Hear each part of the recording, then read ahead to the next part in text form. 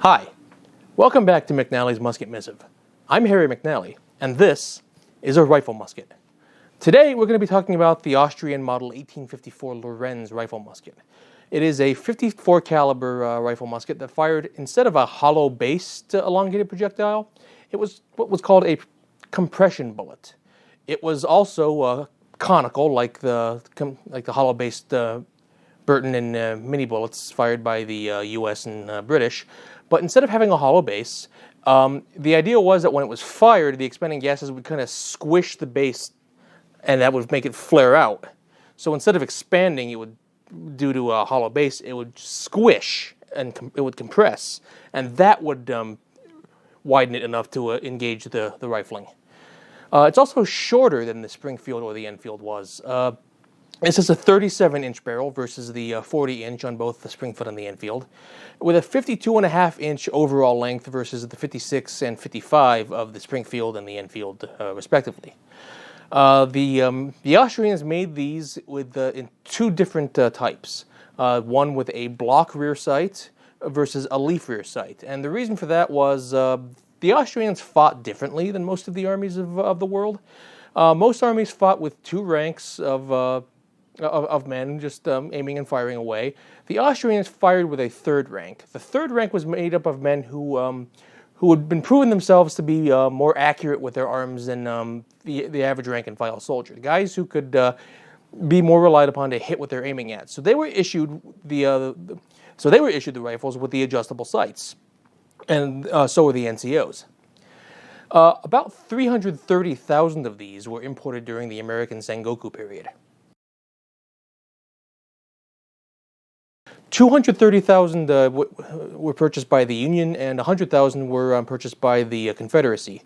Many of those were commercial variants, so they weren't really standardized with military patterns or even amongst themselves.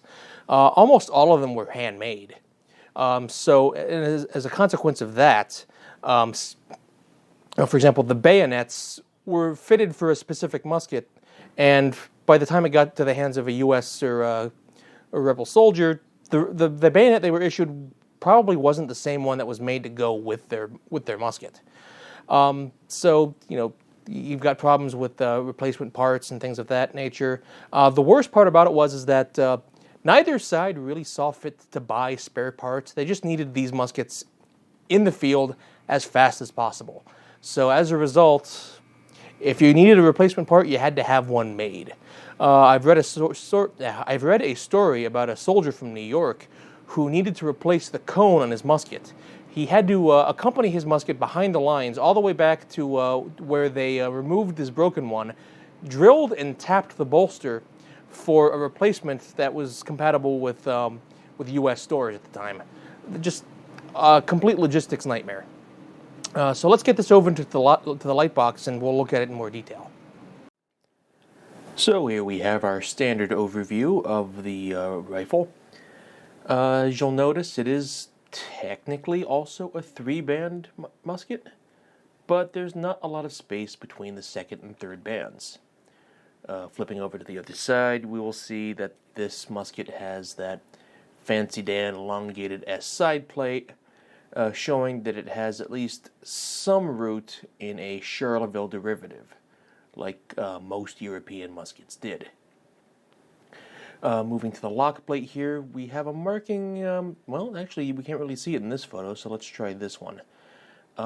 Pretty much the only marking on the side plate is this 861, showing that this musket was produced in 1861.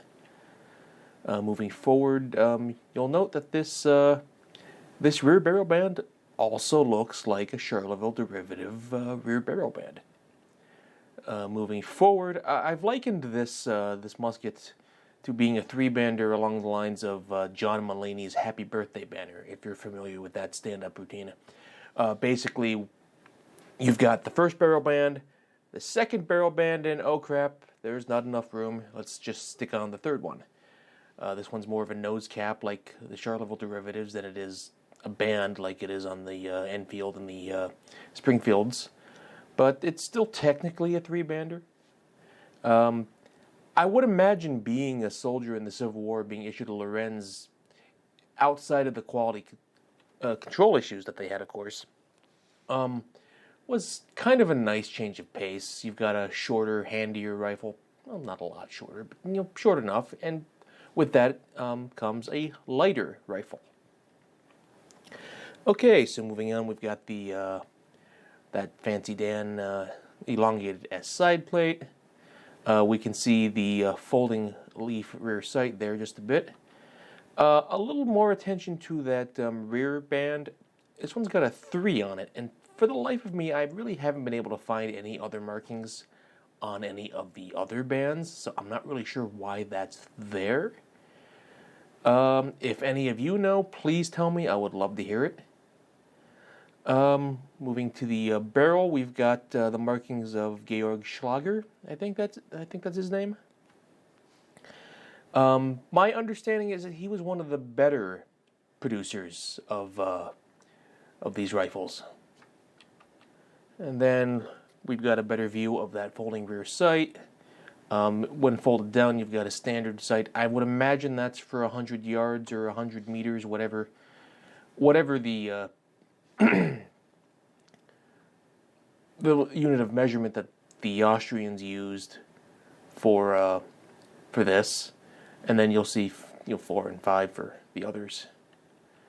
There it is, folded out. It's a lot like the rear sight for the late model 1864 musket, in that it's just one piece instead of a different leaf for each distance. Now moving forward, we've got possibly my favorite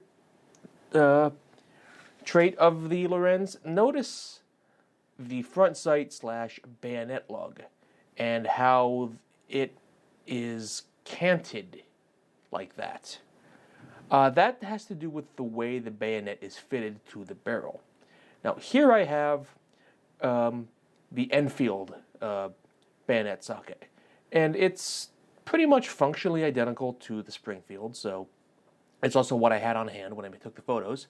You see, what you do is you fit it over the barrel, make a 90-degree turn, and fit it all the rest of the way, and then turn the locking ring. What the Lorenz does is it just kind of on, just kind of rotates on, following that channel along the canted stud, and then you turn the locking ring. And I think I don't know why. I don't know if it's easier to produce it that way or what, but it's interesting enough to be worth pointing out. There are a lot of myths surrounding the Lorenz rifle musket. Specifically that all the Union muskets were bored out to 58 caliber so they could shoot the same ammunition as the Springfields and the Enfields, and all the Confederate ones had the block sight. I've learned from my collecting and research that you should never say never, and you should never say always. This is almost always true. Fact of the matter is, it didn't really go down that way. Now, a large number of Union Lorenzes were rebored, but unfortunately, the contractors who did them didn't do the greatest of jobs. So even though they were supposed to be rebored to 58 caliber, you had Lorenzes that were bored out to a mere 55 caliber, all the way out into the 60 calibers. They were just wildly inconsistent, and that probably contributed to the Lorenz's reputation among Civil War soldiers as being not particularly accurate. When in truth, it was a wonderfully accurate rifle when fired with the correct ammunition, which leads us to another problem.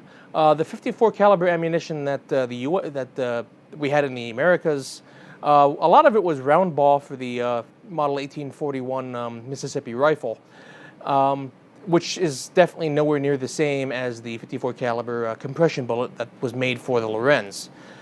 So you had the wrong ammo. You may have had the wrong caliber in the musket itself, and that ended up with just wildly inconsistent accuracy. So the Lorenz has a good reputation among some units and a bad reputation among others. And adding to that, you've got the parts problem and the fact that some of these were commercial variants versus military made, so quality control issue was a thing. It was just a nightmare. And to add to the problem of logistics that I talked about earlier, there were guys in the same company with other guys who were issued, you had some guys with 54 caliber and Lorenzes and 58 caliber Springfields. So now you've got to procure two different kinds of ammunition for the same company. The Union Army in particular had a lot of these problems well until the middle of the war. So that's about everything I have for this episode. Thank you very much for watching. If you haven't already, please consider subscribing to my channel. Please like this video to drive the algorithm. And I want to say a special thank you to my Patreon supporters, without whom none of this would be possible. If you would like to become one of them, please consider following the link down below in the description. Thank you very much for watching and have a great day. Bye.